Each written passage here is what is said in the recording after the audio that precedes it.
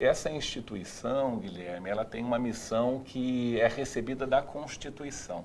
Entretanto, eu costumo, quando falo sobre isso, fazer uma comparação com o Sistema Único de Saúde. Existe uma diferenciação em relação à Defensoria e o Sistema Único de Saúde. No SUS, pela Constituição, qualquer pessoa tem direito de acesso. É uma questão de preferência. Algumas pessoas que têm normalmente um poder aquisitivo maior preferem ter um plano particular de assistência à saúde. Mas mesmo a pessoa rica, caso queira, pode ser atendida no SUS.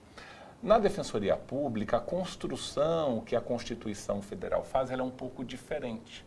Porque lá no artigo 5º, inciso 74, é um dispositivo da Constituição, fala que o Estado prestará a assistência jurídica integral àqueles que comprovarem insuficiência de recursos. Então, aí tem um corte diferente do Sistema Único de Saúde, que atende todos.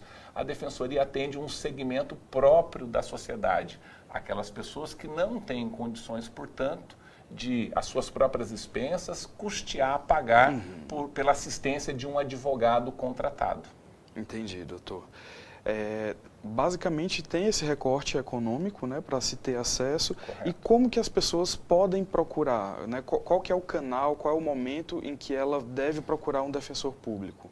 Bom, o recorte que nós adotamos, ele leva em conta alguns critérios. Um deles é propriamente o critério econômico, e aí nós usamos como um parâmetro hoje o teto de 5 salários mínimos como renda familiar. Há internamente na Defensoria um processo que corre no nosso Conselho Superior da Defensoria, revisando esse teto para 3 salários mínimos. Mas isso ainda está em discussão, não é matéria ainda fechada.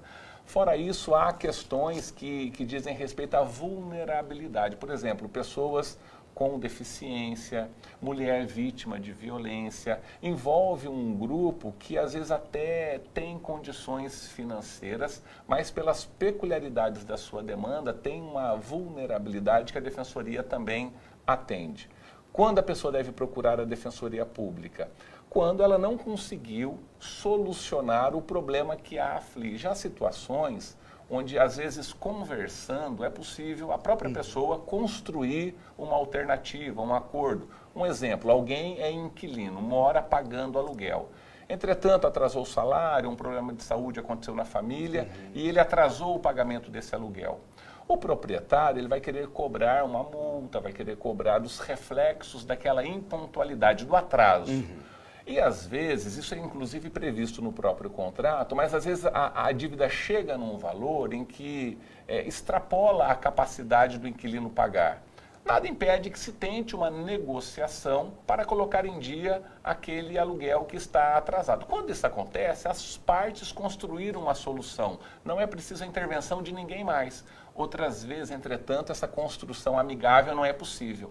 Quando isso acontece, quando se estabelece essa impossibilidade, é a hora, sim, de procurar assistência de um advogado, quando a pessoa tem recursos para tanto, ou o defensor público, quando ela não dispõe desse dinheiro.